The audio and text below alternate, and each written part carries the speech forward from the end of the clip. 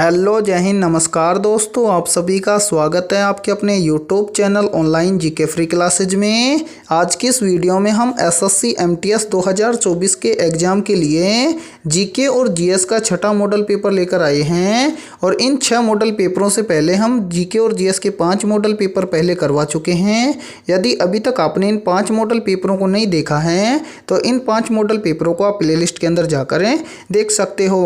और साथ में इस जीके और जीएस के छठे मॉडल पेपर को भी आपको कंप्लीट देखना है, क्योंकि इस जीके और जीएस के छठे मॉडल पेपर के अंदर जीके और जीएस के बहुत ही इंपॉर्टेंट क्वेश्चन होने वाले हैं। और ये सभी क्वेश्चन आपके एसएससी एमटीएस 2024 के एग्जाम के लिए इंपॉर्टेंट रहेंगे। तो चलिए शुरू करते हैं इस जीके और जीएस के छठे मॉडल पेपर को बिना देरी के। पहला प्रश्न है आप सभी के सामने, संयुक्त राष्ट्र संघ की स्थापना कब हुई थी? ऑप्शन ए है 1921 में, ऑप्शन बी है 1939 में, ऑप्शन सी है 1945 में और ऑप्शन डी है इनमें से कोई नहीं। तो यहाँ पर देखिए करेक्ट आंसर हो जाएगा पहले के अंदर ऑप्शन है सी, यानी कि संयुक्त राष्ट्र संघ की स्थापना हुई थी 1945 के अंदर। तो यहाँ पर करेक्ट आंसर हो जाएगा पहले के अंदर ऑप्शन है सी। तो यहाँ पर देखिए यहीं से एक प्रश्न और भी पूछा जाता है कि संयुक्त राष्ट्र संघ का मुख्यालय कहाँ पर है? तो याद रखना संयुक्त राष्ट्र संघ का मुख्यालय स्थित है न्यूयॉर्क में, ठीक है। और इस प्रश्न का करेक्ट आंसर हो जाएगा सभी का ऑप्शन है सी। तो चलिए अगला प्रश्न देखते हैं। दूसरा प्रश्न है आप सभी के सामने, निम्नलिखित में से शरीर की सबसे मजबूत पेशी कौन सी होती है? या फिर देखिए इस प्रश्न को ऐसे भी पूछ लिया जाता है कि मानव शरीर की सबसे मजबूत पेशी कौन सी है? ऑप्शन ए है जबड़े की, ऑप्शन बी है नाक की, ऑप्शन सी है पैर की और ऑप्शन डी है इनमें से कोई नहीं। तो यहाँ पर देखिए दूसरे के अंदर करेक्ट आंसर हो जाएगा सभी का ऑप्शन है ए, यानी कि शरीर की सबसे मजबूत पेशी कौन सी है? तो वो है जबड़े की। तो करेक्ट आंसर हो जाएगा दूसरे के अंदर ऑप्शन है ए। तो चलिए अगला प्रश्न देखते हैं। चलिए तीसरा प्रश्न है आप सभी के सामने, दिल्ली का पुराना किला किसके द्वारा बनाया गया था? मोस्ट इंपॉर्टेंट प्रश्न है ये। ऑप्शन ए है शेरशाह सूरी के द्वारा, ऑप्शन बी है शाहजहाँ के द्वारा, ऑप्शन सी है अकबर के द्वारा और ऑप्शन डी है इनमें से कोई नहीं। तो जल्दी से बताइए तीसरे के अंदर क्या होगा करेक्ट आंसर है? तो यहाँ पर देखिए जिस भी अभ्यर्थी ने कमेंट सेक्शन के अंदर ए कमेंट किया है तो तीसरे के अंदर करेक्ट आंसर हो जाएगा सभी का ऑप्शन है ए, यानी कि दिल्ली का पुराना किला या दिल्ली का पुराना किले का निर्माण करवाया था शेरशाह सूरी ने। तो करेक्ट आंसर हो जाएगा सभी का ऑप्शन है ए। और यहाँ पर देखिए एक प्रश्न और भी पूछ लिया जाता है यहाँ पर कि दिल्ली के लाल किले का निर्माण किसने करवाया था? तो याद रखना दिल्ली के लाल किले का निर्माण करवाया था शाहजहाँ ने। और इस प्रश्न का करेक्ट आंसर हो जाएगा सभी का ऑप्शन है ए। तो चलिए अगला प्रश्न देखते हैं। चौथा प्रश्न है आप सभी के सामने, मानव शरीर में प्लाज्मा कितने प्रतिशत होता है? ऑप्शन ए है 15%, ऑप्शन बी है 55%, ऑप्शन सी है 70% और ऑप्शन डी है 80%। तो यहाँ पर देखिए इन चारों में से करेक्ट आंसर हो जाएगा सभी का ऑप्शन है बी, यानी कि मानव रक्त में जो प्लाज्मा पाया जाता है वो पाया जाता है 55% मात्रा में। तो करेक्ट आंसर हो जाएगा सभी का ऑप्शन है बी। तो चलिए अगला प्रश्न देखते हैं। पांचवा प्रश्न है आप सभी के सामने, मानचित्र में पर्वत और पहाड़ों को किस रंग से दर्शाया जाता है? इंपॉर्टेंट प्रश्न है ये। ऑप्शन ए है भूरा रंग से, ऑप्शन बी है पीला रंग से, ऑप्शन सी है नीला रंग से और ऑप्शन डी है हरा रंग से। तो इन चारों में से क्या हो जाएगा करेक्ट आंसर? जल्दी से बताइए कमेंट सेक्शन के अंदर पूछा गया है कि मानचित्र में पर्वत और पहाड़ों को किस रंग से दर्शाया जाता है? तो करेक्ट आंसर हो जाएगा सभी का ऑप्शन है ए, यानी कि मानचित्र में जो पर्वत और पहाड़ होते हैं उनको भूरे रंग से दर्शाया जाता है। तो करेक्ट आंसर हो जाएगा पांचवे के अंदर ऑप्शन है ए। और यदि देखिए ये वीडियो आपको पसंद आ रही है तो एक बार इस वीडियो को जल्दी से लाइक कर दो। और चैनल पर यदि आप पहली बार जुड़े हो तो चैनल को कर लो सब्सक्राइब और बेल आइकन को प्रेस करना, ताकि एसएससी एमटीएस के एग्जाम से संबंधित आने वाली वीडियो का नोटिफिकेशन भी आपको सबसे पहले देखने को मिले। तो चलिए अगला प्रश्न देखते हैं। 16वां प्रश्न है आप सभी के सामने, निम्नलिखित में से भारत में सर्वप्रथम ट्रेन कब चली थी। मोस्ट इंपॉर्टेंट प्रश्न है ये, और इस प्रश्न का आप स्क्रीनशॉट ले लेना। वेरी वेरी इंपॉर्टेंट प्रश्न है ये, और ये प्रश्न काफ़ी बार एग्जाम के अंदर पूछा जाता है। पूछा गया है कि निम्नलिखित में से भारत में सर्वप्रथम ट्रेन कब चली थी। तो यहाँ पर देखिए, ऑप्शन ए में है 1807 में, ऑप्शन बी में है 1853 में, और ऑप्शन सी है 1857 में, और ऑप्शन डी है इनमें से कोई नहीं।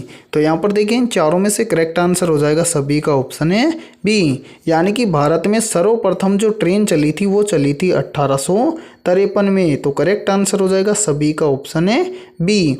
और यहाँ पर देखिए, एक मोस्ट इंपॉर्टेंट प्रश्न है जो पूछा जाता है कि भारत में सर्वप्रथम ट्रेन जो चली थी 1853 में, ये कहाँ से कहाँ तक चली थी। तो इसको याद रखना, ये चली थी मुंबई से ठाणे तक। ठीक है, तो चलिए अगला प्रश्न देखते हैं।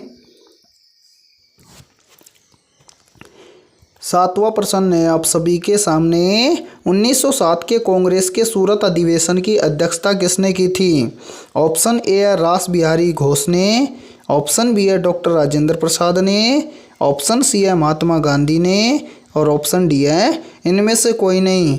तो जल्दी से बताइए, इन चारों में से करेक्ट आंसर है क्या होगा। पूछा गया है कि 1907 के कांग्रेस के सूरत अधिवेशन की अध्यक्षता किसने की थी। तो यहाँ पर करेक्ट आंसर हो जाएगा 7वें के अंदर ऑप्शन है ए, यानी कि 1907 के कांग्रेस के सूरत अधिवेशन की अध्यक्षता की थी रास बिहारी घोष ने। तो करेक्ट आंसर हो जाएगा 7वें के अंदर सभी का ऑप्शन है ए। तो चलिए अगला प्रश्न देखते हैं। चलो, 8वां प्रश्न है आप सभी के सामने, उत्तर प्रदेश में अयोध्या रेलवे जंक्शन का नाम बदलकर क्या कर दिया गया है। वेरी वेरी इंपॉर्टेंट प्रश्न है ये, और करंट अफेयर से संबंधित प्रश्न दिया गया है। तो क्या हो जाएगा करेक्ट आंसर है। तो 8वीं के अंदर करेक्ट आंसर हो जाएगा ऑप्शन है बी, यानी कि उत्तर प्रदेश में अयोध्या रेलवे जंक्शन का नाम बदलकर क्या कर दिया गया है। तो वो कर दिया गया है अयोध्या धाम जंक्शन। तो करेक्ट आंसर हो जाएगा 8वीं के अंदर ऑप्शन है बी। तो चलिए अगला प्रश्न देखते हैं।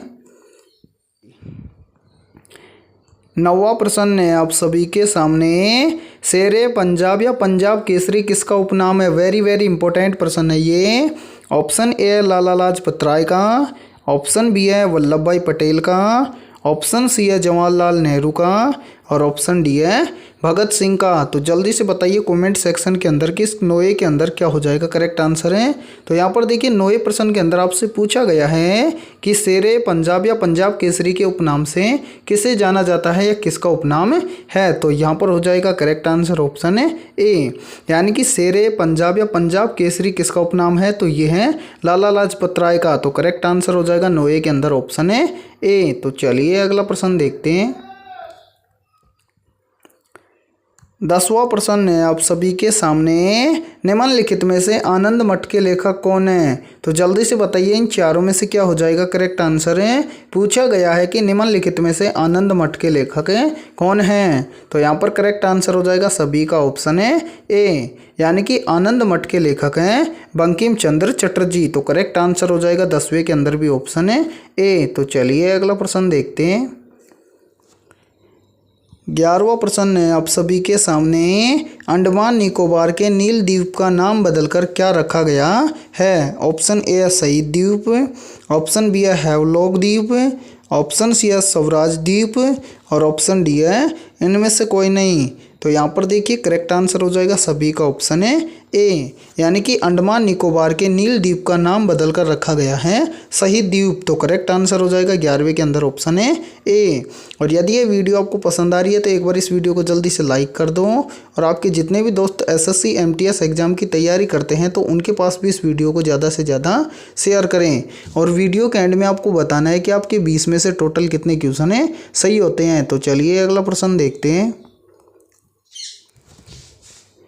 12वां प्रश्न है आप सभी के सामने, ऑपरेशन फ्लड कार्यक्रम किस पर केंद्रित था। ऑप्शन ए है मत्स्य उत्पादन बढ़ाने पर है, ऑप्शन बी है दुग्ध उत्पादन बढ़ाने पर है, ऑप्शन सी है आलू उत्पादन बढ़ाने पर है, और ऑप्शन डी है इनमें से कोई नहीं। तो यहाँ पर देखिए करेक्ट आंसर हो जाएगा 12वें के अंदर ऑप्शन है बी, यानी कि जो ऑपरेशन फ्लड है ये कार्यक्रम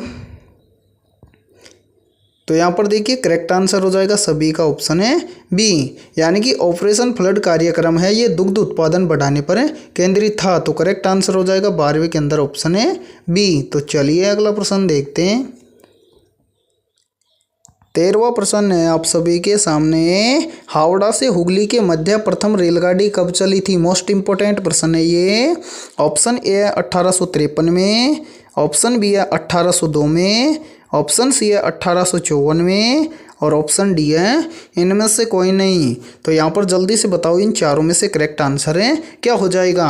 आपसे पूछा गया है कि हावड़ा से हुगली के मध्य प्रथम रेलगाड़ी कब चलाई गई थी? तो ये चलाई गई थी 1854 में। तो करेक्ट आंसर हो जाएगा 13वीं के अंदर ऑप्शन है सी। तो चलिए अगला प्रश्न देखते हैं। 14वां प्रश्न है आप सभी के सामने, भील जनजाति का संबंध किस राज्य से है? या फिर देखो इस प्रश्न को ऐसे भी पूछ लिया जाता है कि निम्नलिखित में से भील जनजाति का संबंध किस राज्य से है? ऑप्शन ए है राजस्थान से, ऑप्शन बी है सिक्किम से, ऑप्शन सी है गुजरात से और ऑप्शन डी है उत्तराखंड से। तो यहाँ पर देखिए इन चारों में से करेक्ट आंसर हो जाएगा सभी का ऑप्शन है सी, यानी कि भील जनजाति का संबंध है गुजरात राज्य से। तो करेक्ट आंसर हो जाएगा 14वीं के अंदर ऑप्शन है सी। तो चलिए अगला प्रश्न देखते हैं। 15वां प्रश्न है आप सभी के सामने, क्लोरोफिल के केंद्र में कौन सा तत्व पाया जाता है? ऑप्शन ए है सिलिकॉन, ऑप्शन बी है फास्फोरस, ऑप्शन सी है मैग्नीशियम और ऑप्शन डी है कैल्शियम। तो जल्दी से बताइए इन चारों में से करेक्ट आंसर है क्या हो जाएगा। पूछा गया है कि क्लोरोफिल के केंद्रक में कौन सा तत्व पाया जाता है? तो करेक्ट आंसर हो जाएगा सभी का ऑप्शन है सी, यानी कि क्लोरोफिल के केंद्र में पाया जाने वाला तत्व है मैग्नीशियम। तो करेक्ट आंसर हो जाएगा 15वीं के अंदर भी ऑप्शन है सी। तो चलिए अगला प्रश्न देखते हैं। 16वां प्रश्न है आप सभी के सामने, स्वतंत्रता के बाद भारत में औद्योगिक नीति का प्रस्ताव कब पारित किया गया था? वेरी वेरी इंपॉर्टेंट प्रश्न है ये। ऑप्शन ए है 1948 में, ऑप्शन बी है 1950 में, ऑप्शन सी है 1953 में और ऑप्शन डी है 1956 में। तो जल्दी से बताइए इन चारों में से करेक्ट आंसर है क्या हो जाएगा। पूछा गया है कि स्वतंत्रता के बाद भारत में औद्योगिक नीति का प्रस्ताव कब पारित किया गया था? तो यहाँ पर करेक्ट आंसर हो जाएगा सभी का ऑप्शन है ए, यानी कि स्वतंत्रता के बाद भारत में औद्योगिक नीति का प्रस्ताव पारित किया गया था 1948 में। तो करेक्ट आंसर हो जाएगा सभी का ऑप्शन है ए। तो चलिए अगला प्रश्न देखते हैं। 17वां प्रश्न है आप सभी के सामने, भारतीय राष्ट्रीय कांग्रेस की कोलकाता अधिवेशन की अध्यक्षता किसने की थी? यानी कि यहाँ पर बहुत ही इंपॉर्टेंट प्रश्न आपसे पूछा गया है कि भारतीय राष्ट्रीय कांग्रेस की कोलकाता अधिवेशन की अध्यक्षता किसने की थी? तो यहाँ पर करेक्ट आंसर हो जाएगा 17वें के अंदर ऑप्शन है बी, यानी कि भारतीय राष्ट्रीय कांग्रेस की कोलकाता अधिवेशन की अध्यक्षता की थी फिरोज शाह मेहता ने। तो करेक्ट आंसर हो जाएगा ऑप्शन है बी। तो चलिए अगला प्रश्न देखते हैं। 18वां प्रश्न है आप सभी के सामने, भारत में पहला क्षेत्रीय ग्रामीण बैंक कब खोला गया था?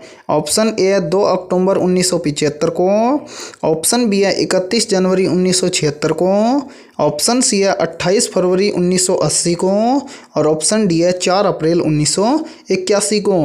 तो इन चारों में से करेक्ट आंसर क्या हो जाएगा जल्दी से बताइए कमेंट सेक्शन के अंदर है। तो यहाँ पर देखिए 18वीं के अंदर जिस भी अभ्यर्थी ने कमेंट सेक्शन के अंदर ए कमेंट किया है तो उन सभी का राइट आंसर हो जाएगा ऑप्शन है ए, यानी कि भारत में पहला क्षेत्रीय ग्रामीण बैंक खोला गया था 2 अक्टूबर 1975 को। तो राइट आंसर हो जाएगा सभी का ऑप्शन है ए। तो चलिए अगला प्रश्न देखते हैं।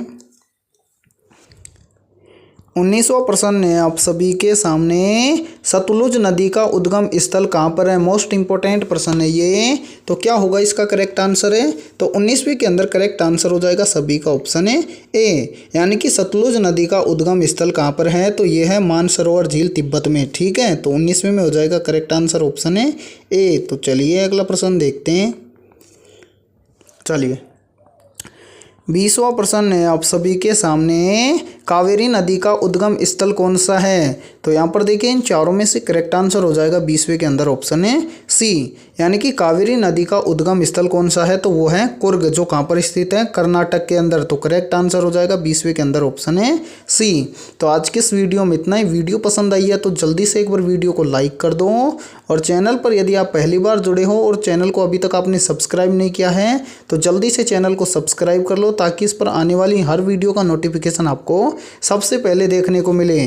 और आज के इस वीडियो में हमने जीके और जीएस के 20 बहुत ही इंपॉर्टेंट क्वेश्चन करवाए हैं। तो इन 20 में से आपके कितने क्वेश्चन सही हुए हैं सभी को कमेंट सेक्शन के अंदर कमेंट करके बताना है। और जिस भी अभ्यर्थी के 18+ % सही हुए हैं 20 में से, तो उनकी तैयारी बेहतर है। तो फिर मिलते हैं ऐसे ही इंपॉर्टेंट क्वेश्चनों के साथ सुबह 7 बजे।